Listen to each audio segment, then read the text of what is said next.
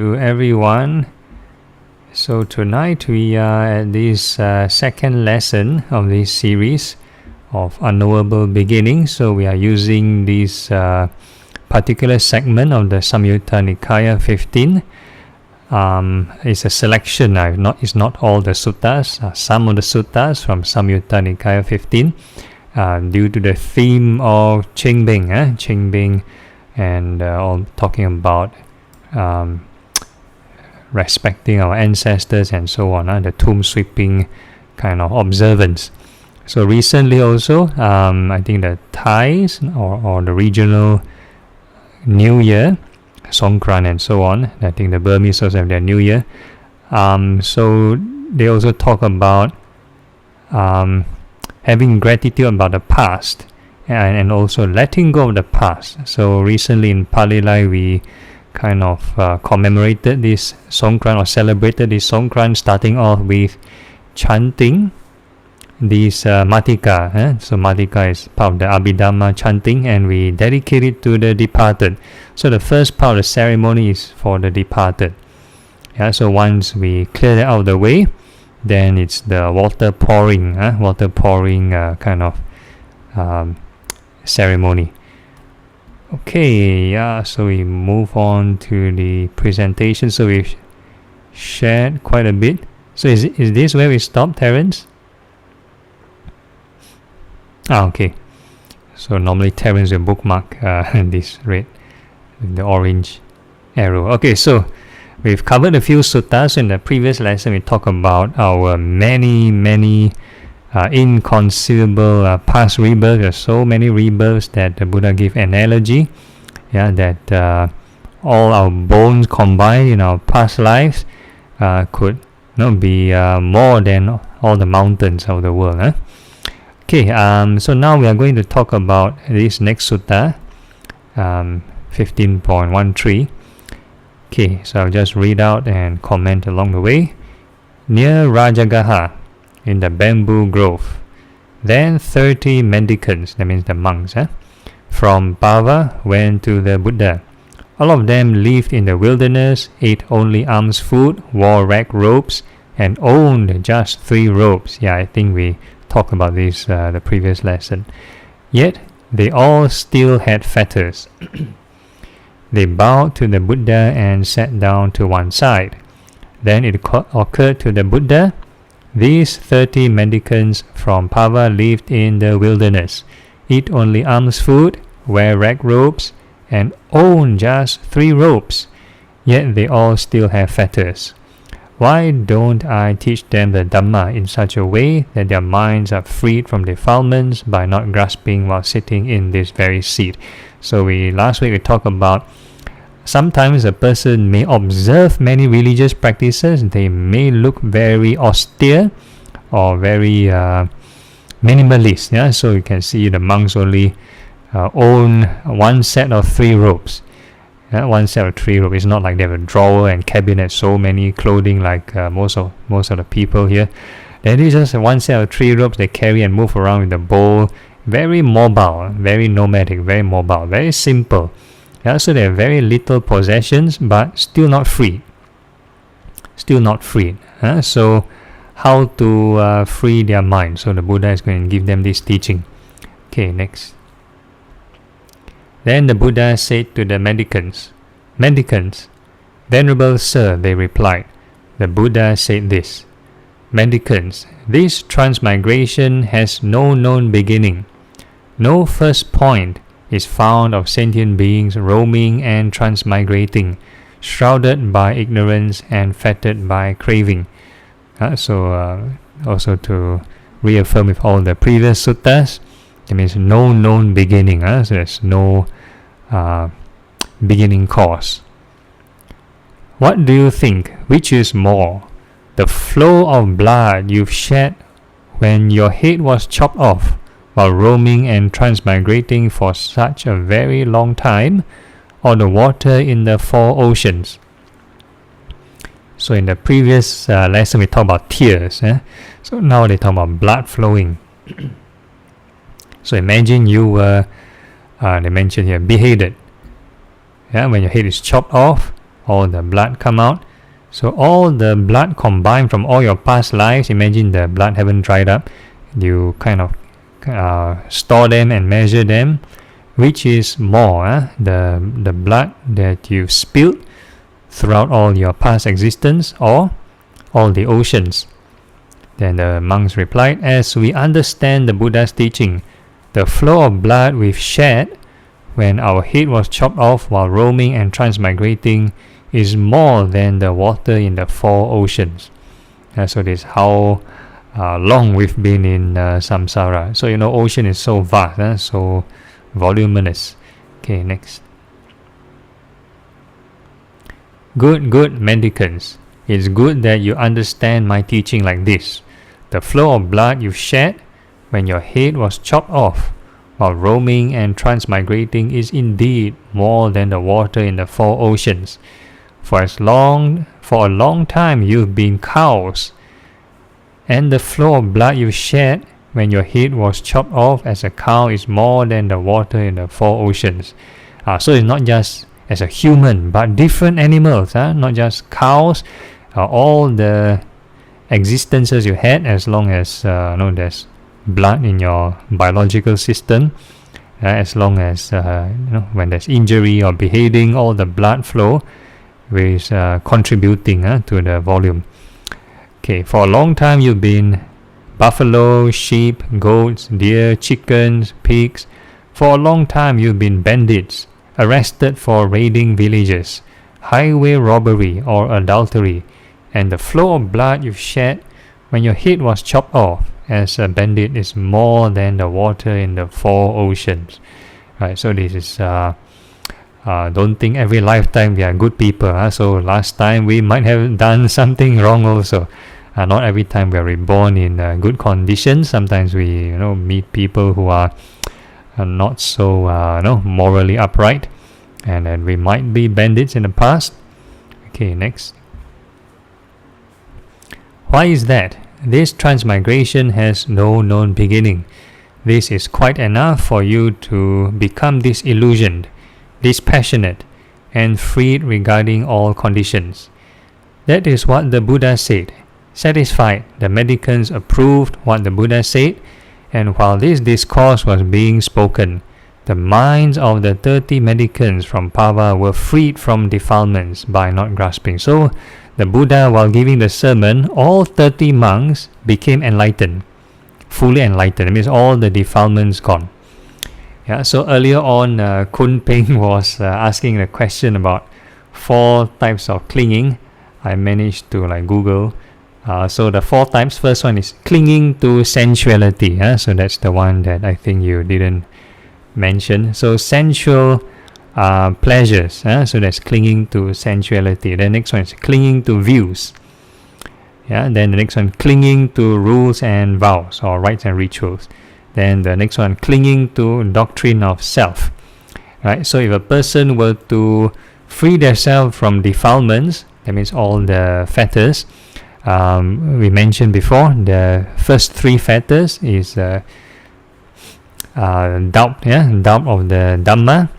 Then the next one is this clinging to rites and rituals. Then the next one is clinging to personality view.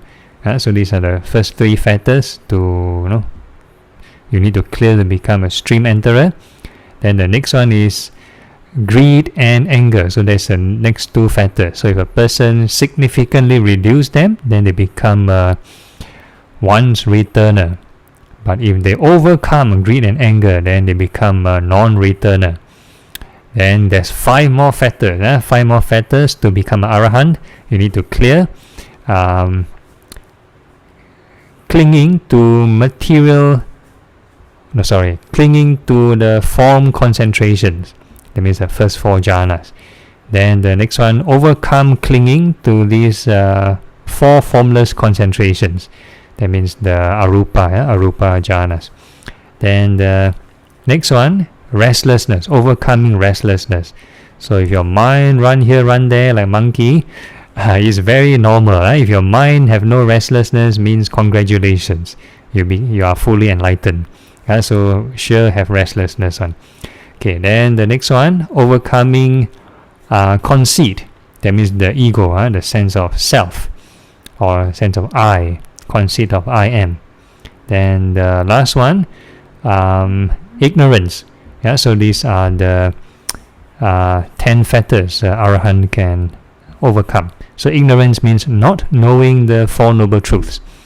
Right? So these 30 mendicants overcome all these fetters, 10 fetters, all the defilements.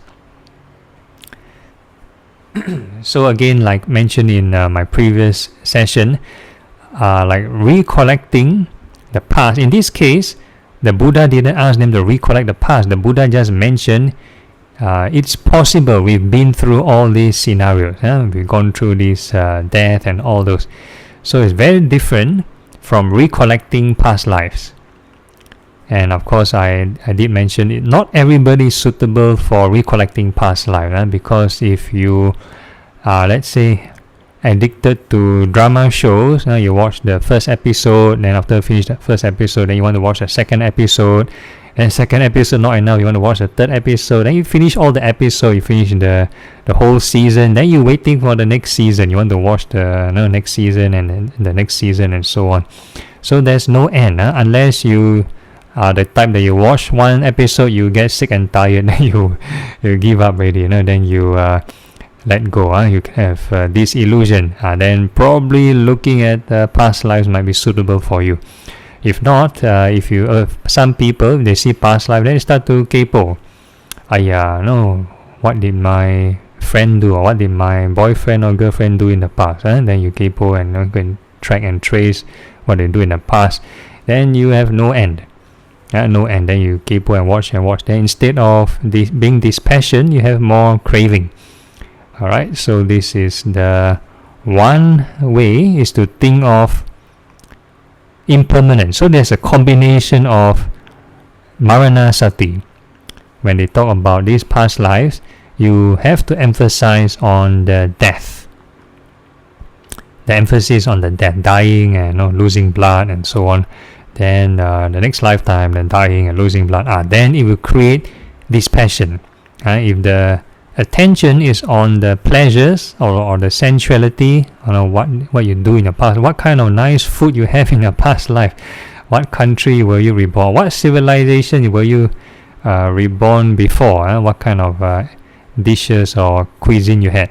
And if you start to emphasize on these kind of sensual pleasures, then it becomes promoting craving instead of dispassion. So this is the key takeaway. Okay, next slide. Okay, so now we're going to talk about mountain. Okay, at Savatthi.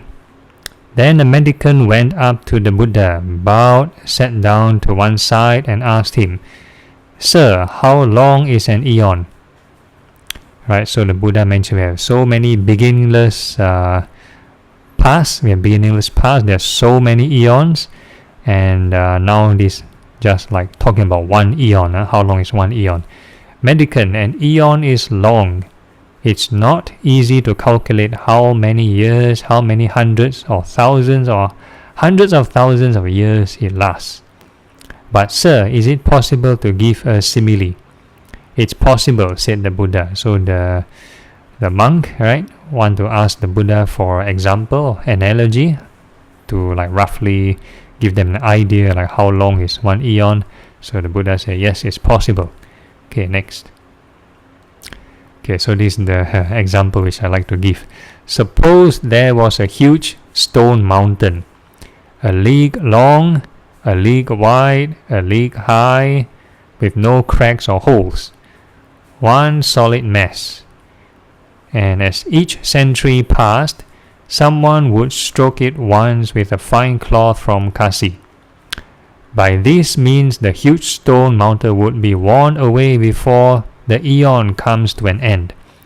That means every 100 years, somebody would come by this mountain and rub this mountain once with a soft cloth, with a fine cloth. So of course, in physics, you know that the harder substance will wear away the softer substance, right? So in this case, the fine cloth, imagine the fine cloth is able to wear away the mountain and make the mountain disappear, right? So even if the mountain disappear, it'll be worn away before the eon comes to an end. That means even if you spend all the time, every 100 years you just rub once to wear away the mountain, still haven't complete one eon. So one eon is this one universe cycle, the lifespan of one universe.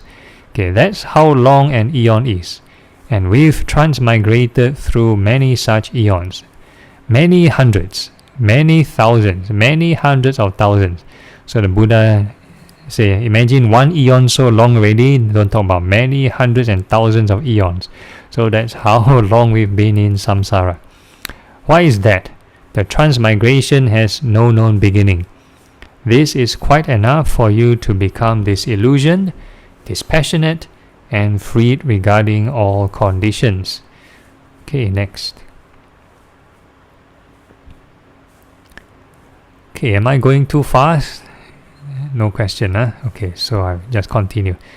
Okay, so this next sutta is on disciples. At Savatthi, then several mendicants went up to the Buddha and asked him, Sir, how many eons have passed? Mendicants, many eons have passed. It's not easy to calculate how many eons have passed. How many hundreds or thousands or hundreds of thousands of eons? But sir, is it possible to give a simile? It's possible, said the Buddha. So earlier on we talked about mountains, so this time what kind of analogy the Buddha will give. Okay, next. Okay, so suppose there were 4 disciples with a lifespan of 100 years, and each day they would each recollect 100,000 eons. Okay, so the Buddha is using this example. So I think Ajahn Sujato went to calculate. So he said, how many? 146000000 eons. So that's you can calculate yourself. One day, 100,000 eons. And then imagine you times 365, then you times 100. And you say 4 disciples, then times 4. So you probably get this number. Okay, those 4 disciples would pass away after 100 years, and there would still be eons that they haven't calculated. That means the number is more than this 14 trillion. That's how many eons have passed.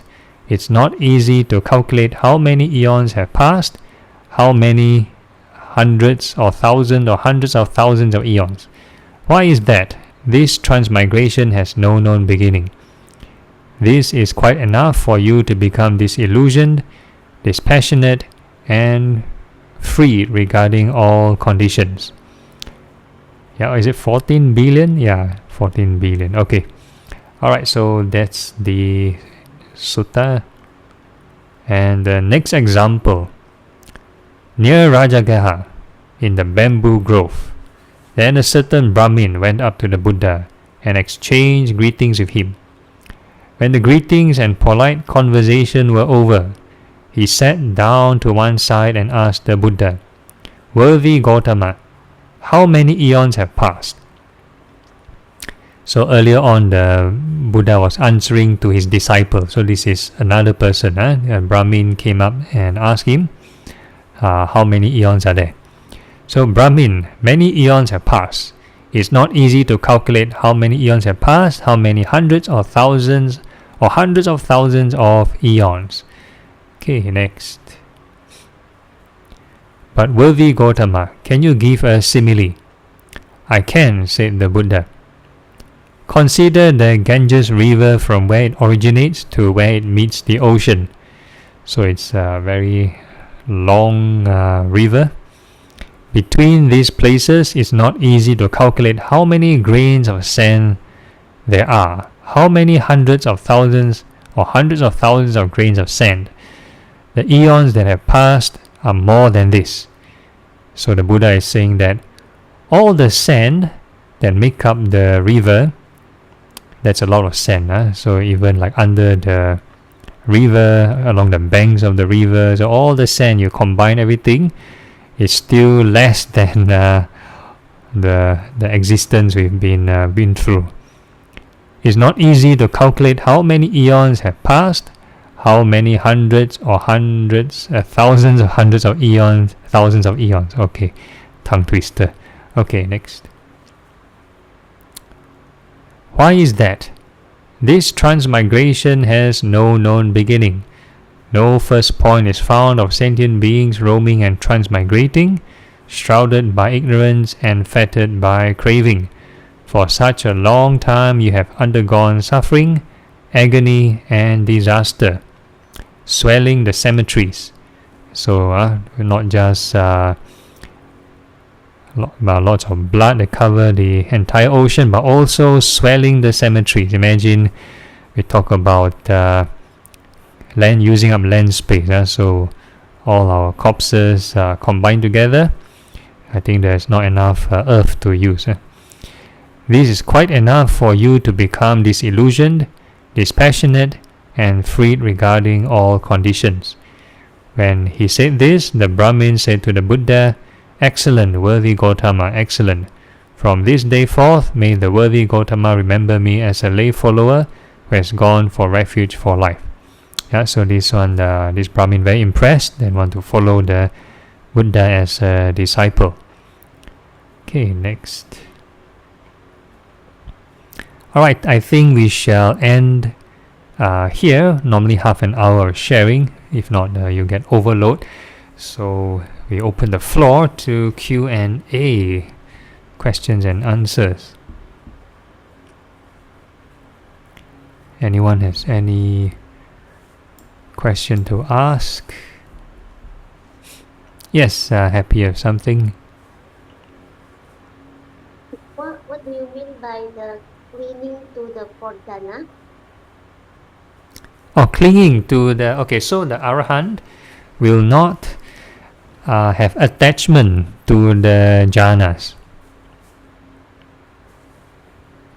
Will not have any attachment to jhana. So yeah, that's right. If they lose all the jhana, it doesn't matter. Oh. Yeah, so that means they can still enter the jhanas, but they are not subject to clinging. That means they won't be reborn in the Brahma world. They kind of go beyond that.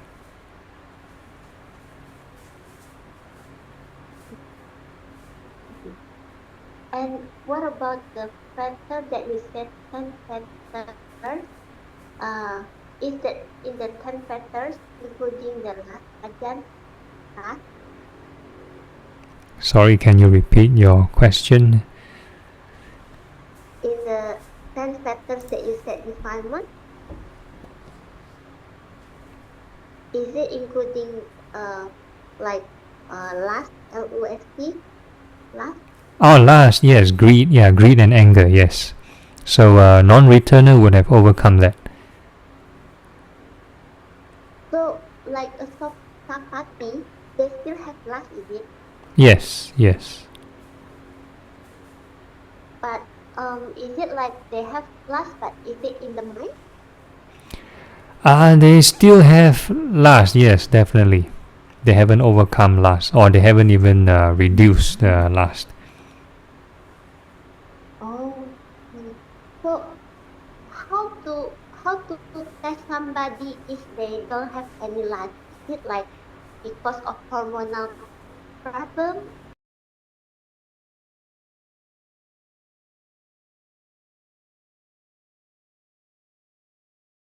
Mute the mic to prevent the feedback. And we find a comfortable sitting posture. Make sure our back is upright and the rest of the body relaxed.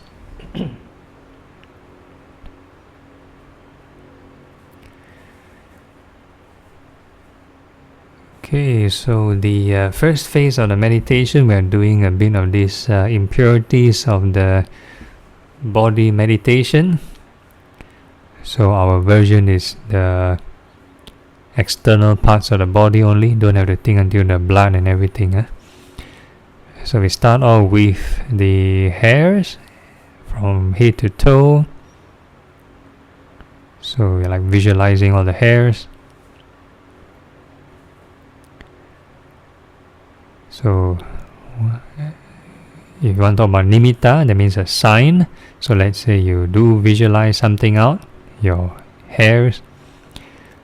That image, we call it a sense contact by itself, can lead to greed or anger. If you find the hairs very beautiful, then you have greed law. Our automatic response is greed. And if you find that the hair is very untidy or very ugly, then one might react with aversion. So the nimitta itself is part of the 5 aggregates, has no Dhamma value. So the only thing that is we can do about it is walk the middle path. So we are going to wish the hairs well and happy, apply right thoughts of non-anger,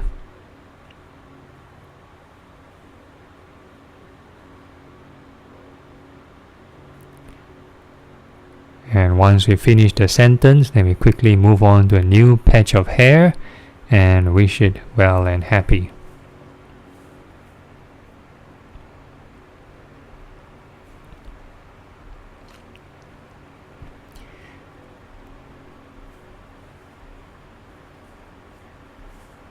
So the repetition, we call it right effort. So we try not to let the mind idle for more than 2 seconds. If not, the mind will naturally cling to some other stray thoughts.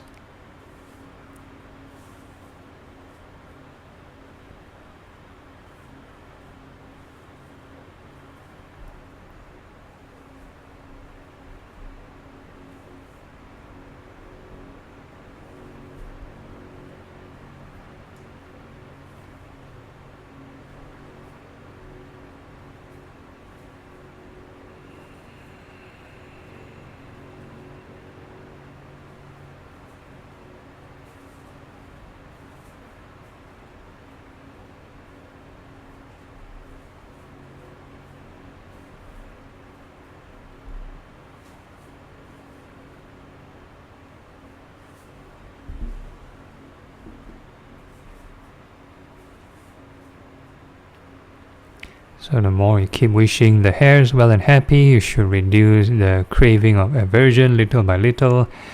Then the byproduct should be the mind settling down. You should get calmer and calmer.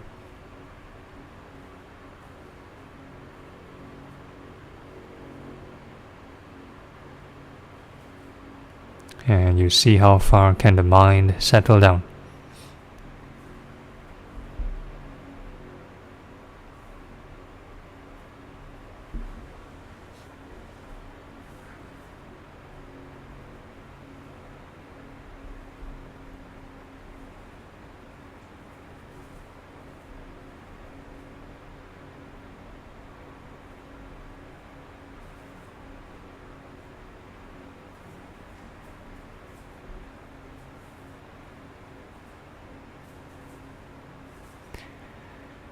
Okay, and once the mind has quite settled down, there's like a certain limit, you cannot settle any further. This is the maximum settling point.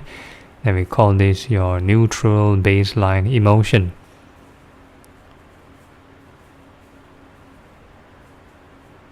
So this visualizing your body parts, no jhanas. So this is just a neutral state. And this would be the minimum criteria for insight.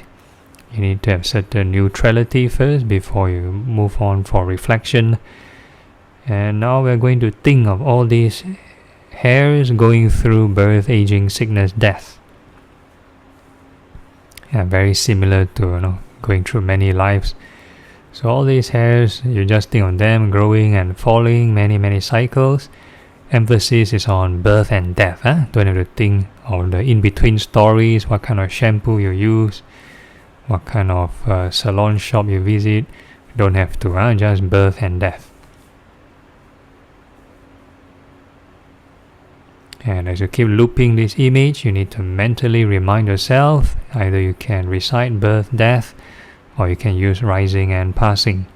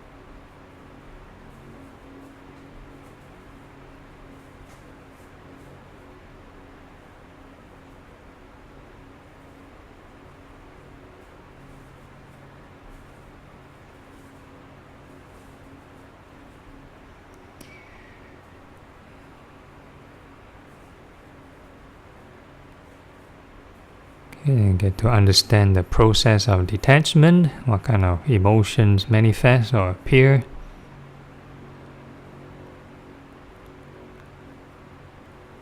And the more you detach, the mind should get lighter and lighter.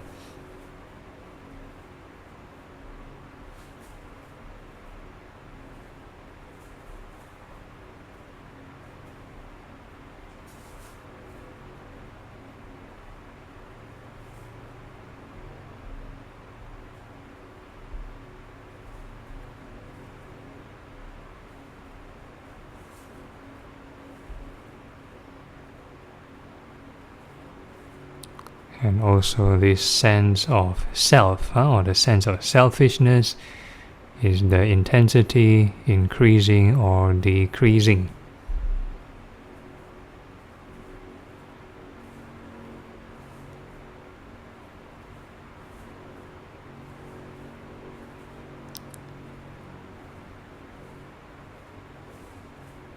So this spiritual journey is always like a tug of war. Every time you think of right thoughts, that means you think of rising and passing, you're on a path of detachment. And once you stop only, the mind will automatically cling to something else. And that's the path of attachment.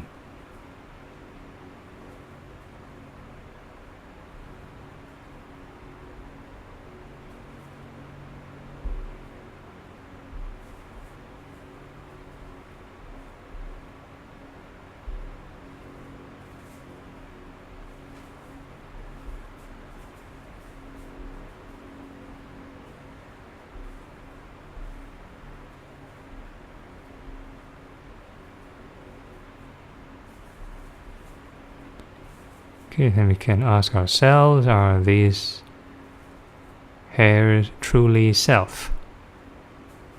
Can we tell the hairs not to go through birth and death? Next part of the body, we can think of the nails, fingernails and toenails, and we wish them well and happy.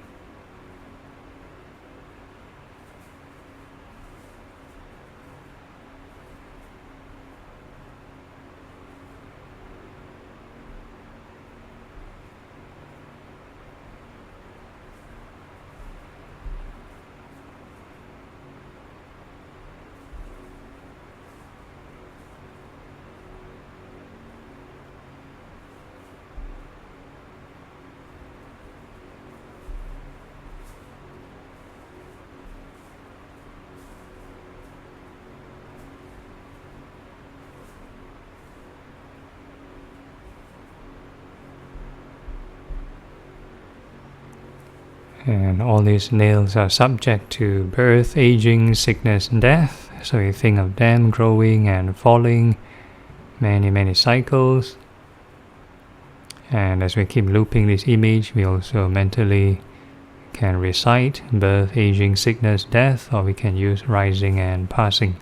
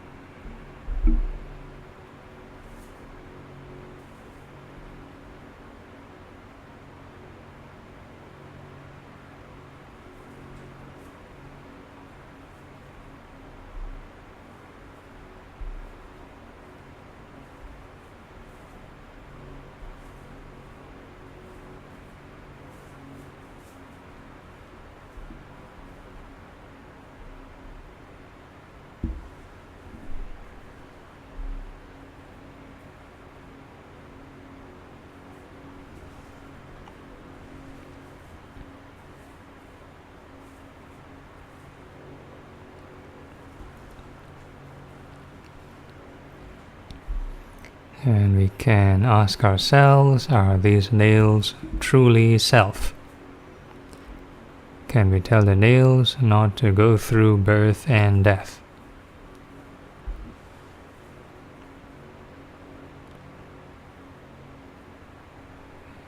And the next part of the body, we can think of the teeth, all the teeth inside the mouth. May they be well and happy. So this is back to the calming phase, as the samatha phase. Then some attachment.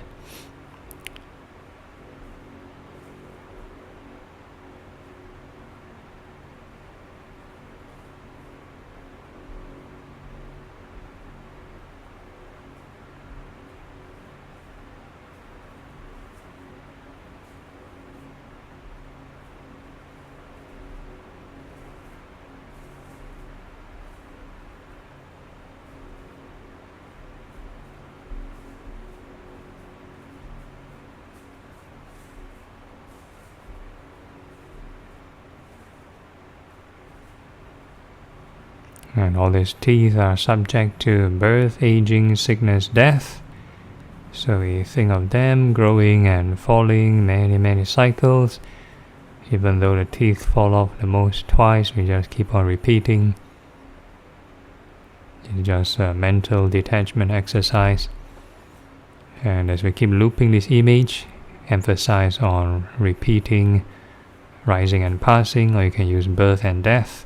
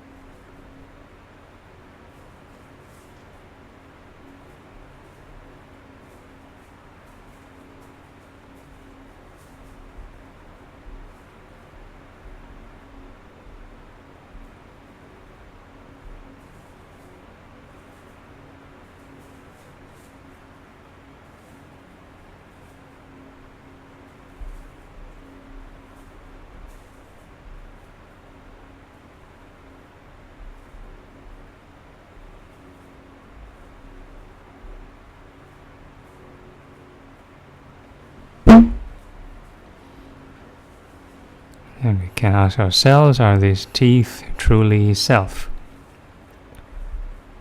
Can we tell the teeth not to go through birth and death?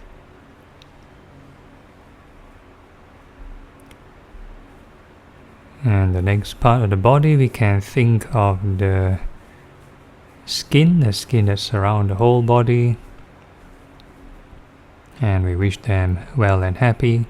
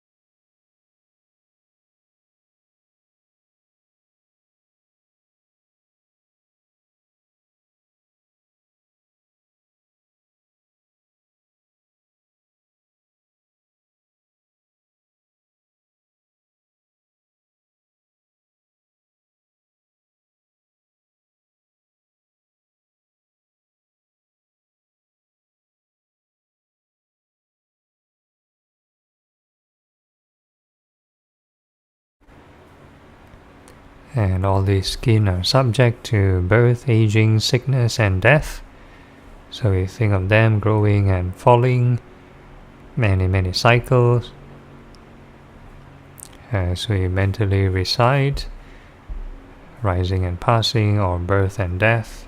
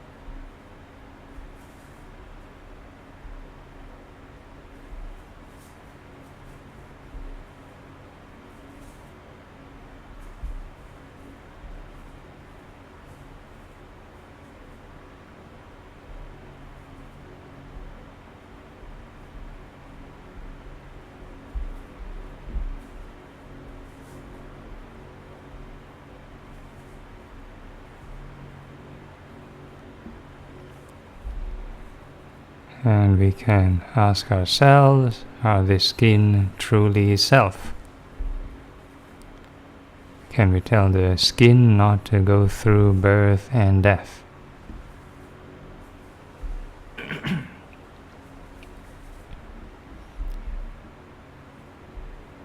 And the next phase of the meditation, we are not going to visualize anymore. We're going to feel the sensations throughout the whole body. We call this mindfulness of the 4 elements. So the 4 elements are the earth, fire, wind and water elements. Earth represents any hard or soft sensations. Fire is hot and cold. Wind is the fast, slow movements. And water is the moist or dry sensations.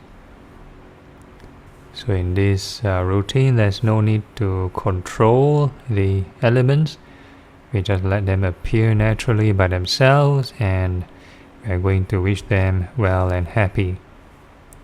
It's a bit like greeting a customer that enter your shop. So anytime a new sensation appears, just wish them well and happy. New sensation appear, well and happy.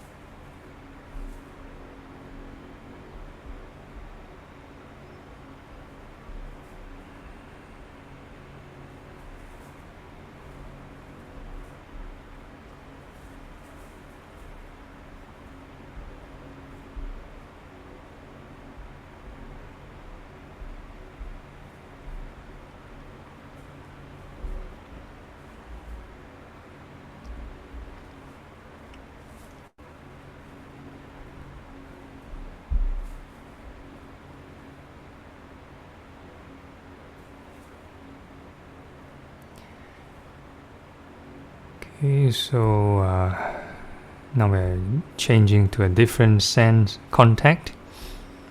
We're not using the visualization anymore, we're using the body sense consciousness. Still the same 5 aggregates.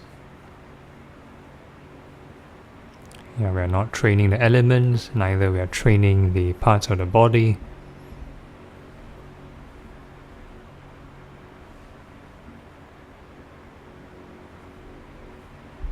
So it should eventually lead down to this neutral baseline state again, this neutral calm.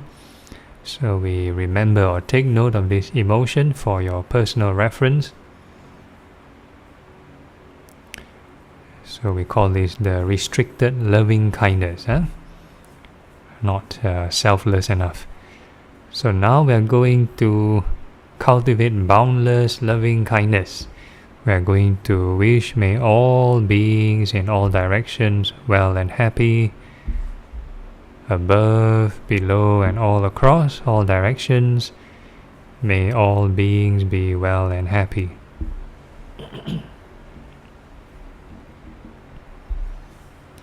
Don't have to exert or push, let the mind expand naturally by itself. However far it wishes to extend doesn't matter.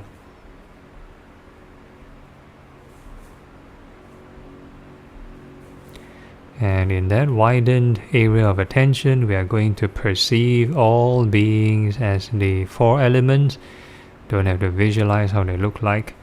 We call this using the lowest common denominator. Any element appear, any sensation appear, we're going to wish may all beings be well and happy.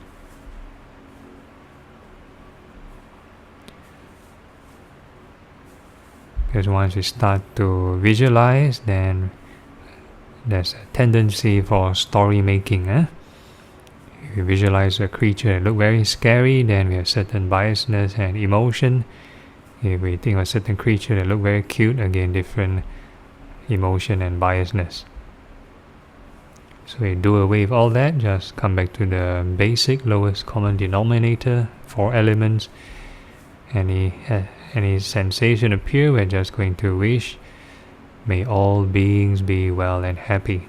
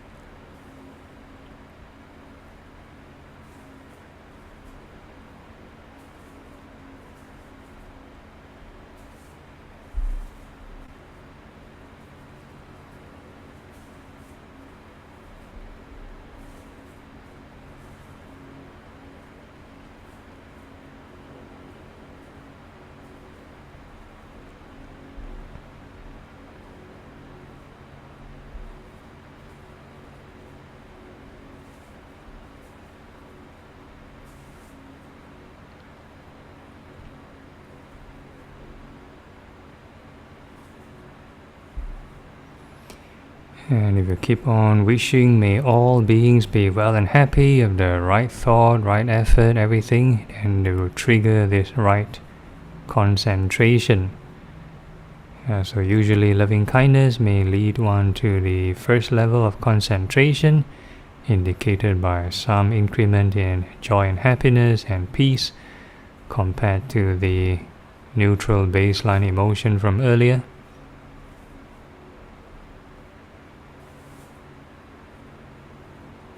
And regardless of what you experience, keep on turning the Dhamma wheel, keep planting the causes, keep wishing may all beings be well and happy.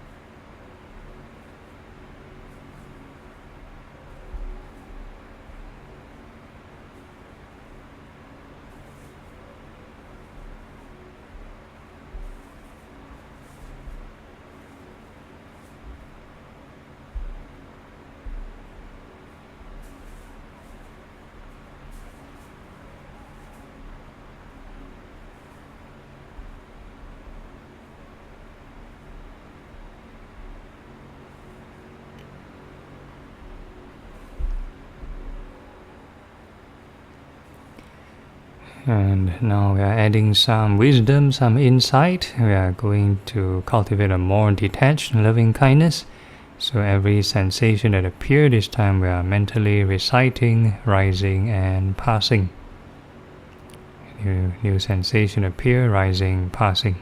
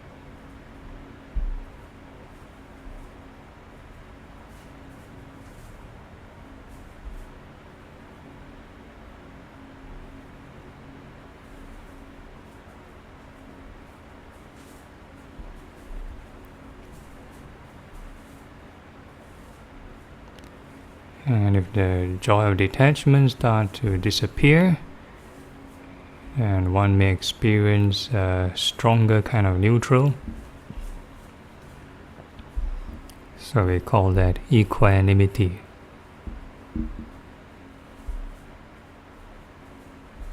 And the same thing regardless of what you experience, keep on reciting, rising and passing.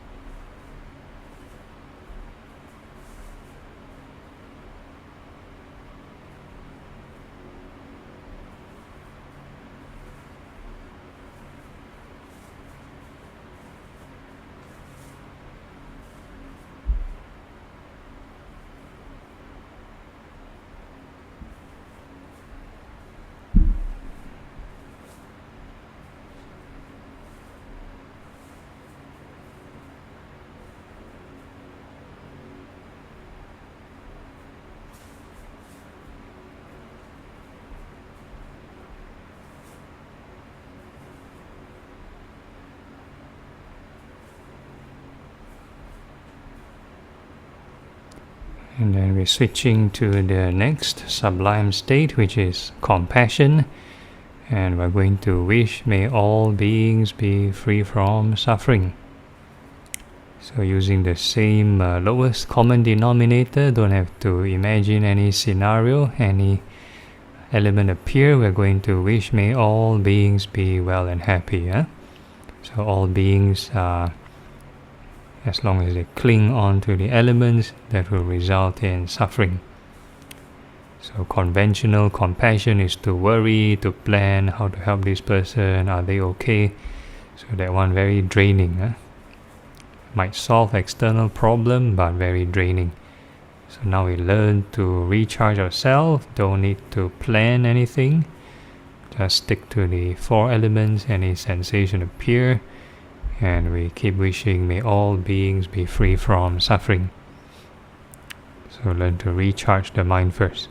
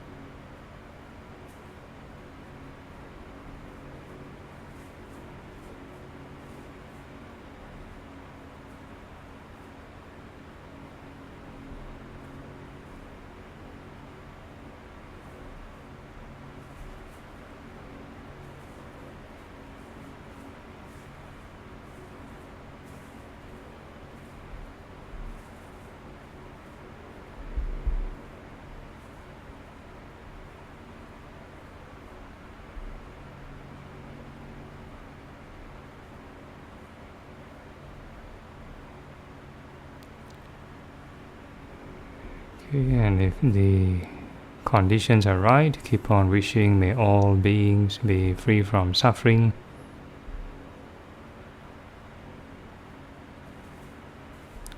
And this compassion may lead one to the second level of concentration, indicated by some joy, and happiness. So the conventional compassion would be very sad, very sorrowful, but the concentrative kind of compassion would be a bit more joyful.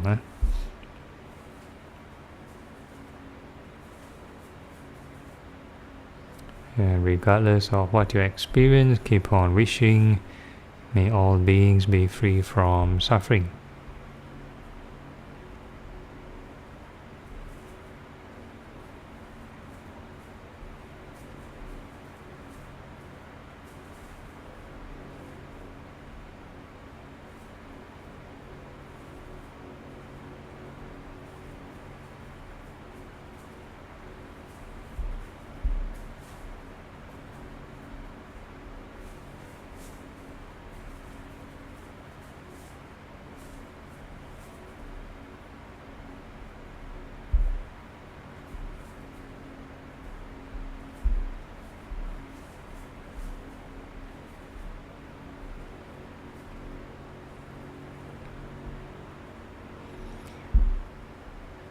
Okay, and then the wisdom portion, we're going to reflect how to truly overcome suffering is to learn to uncling ourselves from the clinging aggregates.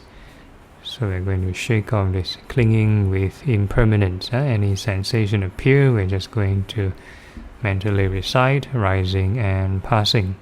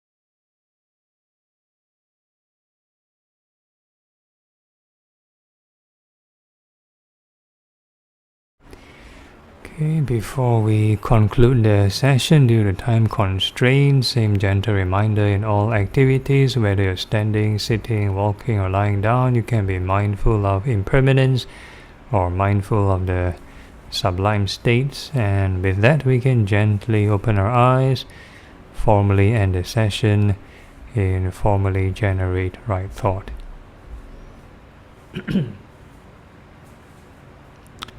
Okay, any problems or questions from anyone? Okay, if there's no issues, then we can end off with the dedication chanting. Anumodana. Akasata ca Bhumata Devanaga Mahitika Punyang tang anumoditva cirang rakhantu loka sasanang etavata ca amhehi sampadang punya sampadang sabbe deva sabbe bhuta sabbe satta anumodantu sabba sampati siddhya. Dedication of marriage to departed. Idang me nyatinang hotu sukhita hontu nyatayo. Idang me nyatinang hotu sukhita hontu nyatayo. Idang me nyatinang hotu sukhita hontu nyatayo. Aspiration. Imina punya kamena mame bala samagamo Sadang samagamo hotu yava nibbana patiya. Sadhu, sadhu, sadhu. And we bow to the Buddha 3 times. First bow. Second bow. Third bow.